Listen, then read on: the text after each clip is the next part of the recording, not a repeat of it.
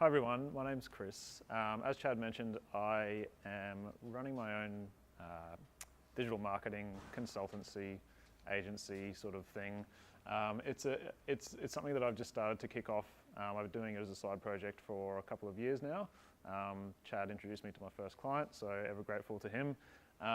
And I guess my background has been in media agencies and digital marketing agencies and advertising agencies and creative agencies, and I guess over the years I've sort of built up a bit of an understanding of, you know, how the kind of national and state-based brands, how their budgets kind of work and where they put their media dollars towards.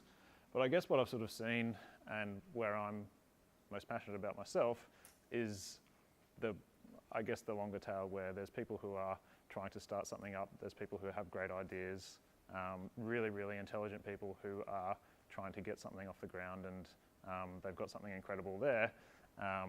They just don't know how to promote it or get people to talk about it. So it's something that I've kind of gained some intelligence over the years, and I thought I'd go out on my own and start to help people like entrepreneurs and small business owners to get themselves off the ground. So that's, I guess, the bent of my consultancy, and I won't hit you too much over the head with any more of what I do myself. But I thought I'd come along tonight, and it's kind of really interesting to see the Goa presentation and what Lee's kind of touching on in terms of data, and from a big data perspective and from a data partnership perspective, and the synergies that are kind of happening between that and what platforms, or these kind of huge global platforms like Facebook, are trying to do as well. So there's some interesting kind of synergies between the last presentation and this one, funnily enough, because this presentation is probably going to be a lot more honed in, and I'm just going to talk about Facebook.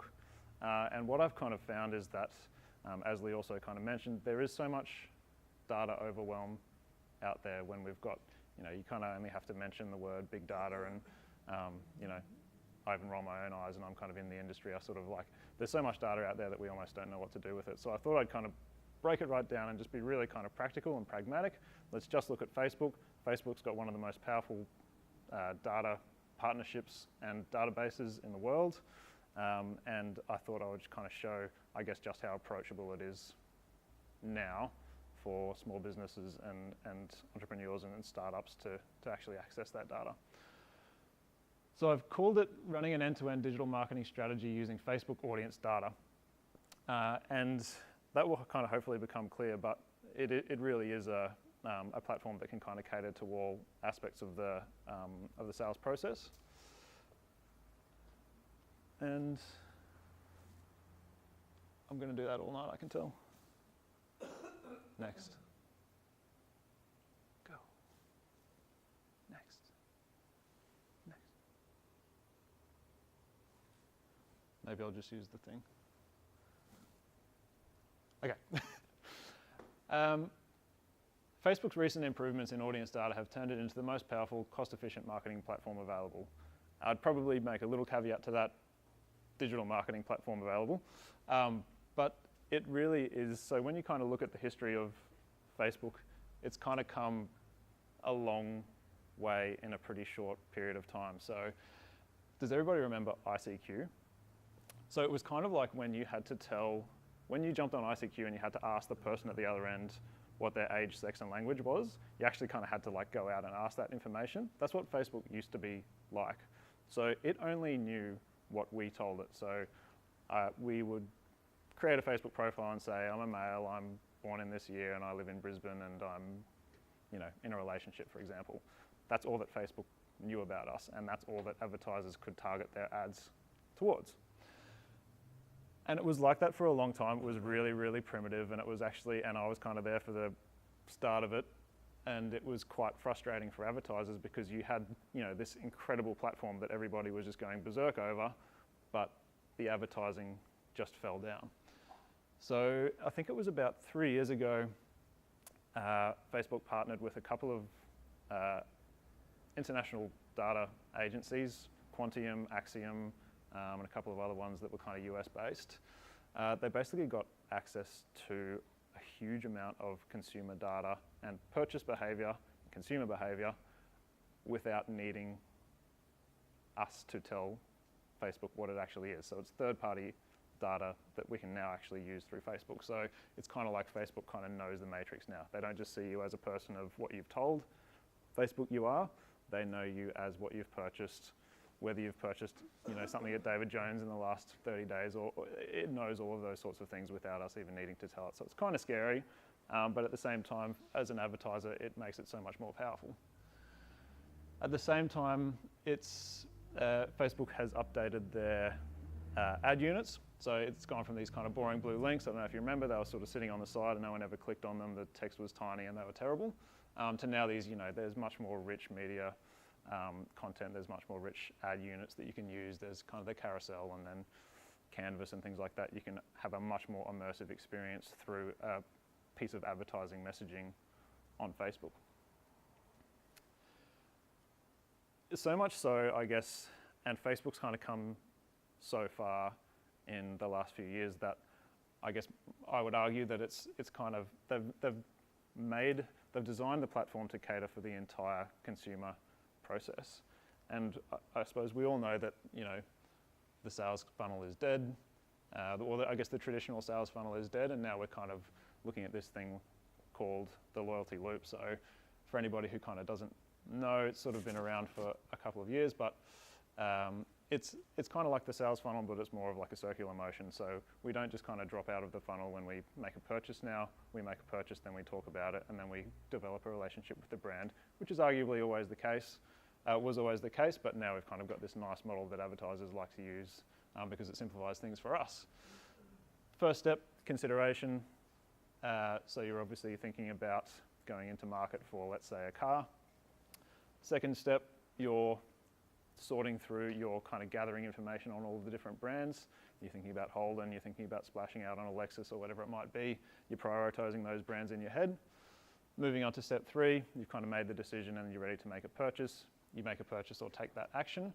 But then there's this kind of new, I suppose, phase that you then go into this sort of cultivation funnel, a loop, or this loyalty loop, which is arguably the most important part of the sales process, where you actually experience the product, you experience the brand, you have multiple conversations with the brand, you talk to all your friends about it, and the advertiser or the brand itself has so many more touch points to continue that conversation with you.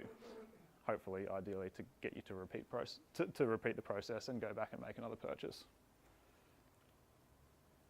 So when you think about overlaying, some of the symbols haven't worked out. When you think about overlaying, again, this is just looking at digital platforms over the loyalty funnel, you can see that, yes, the consideration set, I think that should actually be, what do I have there? Good question. You've got things like email, and Facebook is kind of at the start there. Then you've got the sorting process. You might Google something, but basically what I'm saying is everybody is always on Facebook, and Facebook has done a great job of catering for your consumer needs throughout that entire process. At the purchase or action stage, Facebook is there as well, and then where it really kind of comes into its own is this cultivation or this loyalty loop that ends up happening.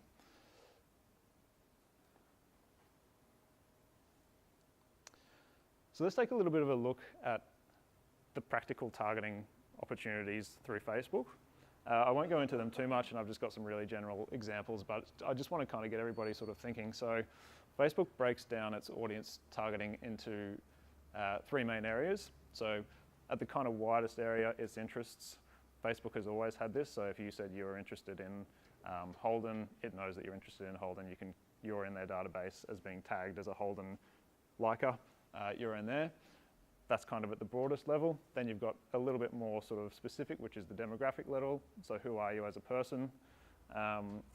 Moving down to the slightly more interesting stuff, the behavior. So what's your behavior as a consumer, and what do you actually do in purchase habits? And unfortunately, I worked out how to make emojis come into the presentation, but they haven't come through, which is devastating. But that's a unicorn at the bottom. So the unicorn is the retargeting thing, which I'm going to touch on later, but it's a unicorn because it's actually the most special stage. So interests, what do they like?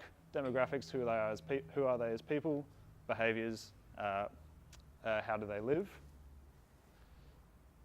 So from an interest perspective, it's, again, the most general stuff. So it's what you like, what you're a fan of, and things like that. So generally just kind of pulling out a few examples, people interested in graphic design, investment banking, entrepreneurship, if you're a fan of French food, four-wheel driving, tattoos, things like that. So these are all targeting options. So when you think about your consumer, you can actually segment them on Facebook through this and then target them with ads. I'm sure that's nothing new. I'm sure you're getting targeted with ads all day anyway. From a demographic perspective, looking at things like how do we kind of categorize them as a person, university graduates, people who are a high net worth, people who are renters, people who are newly married, farmers, parents with toddlers, that sort of things. But then getting into the more interesting stuff, and this is where the partnerships, the global partnerships with the likes of Quantium comes into play, as they start to form these behavioural frameworks around you as a consumer.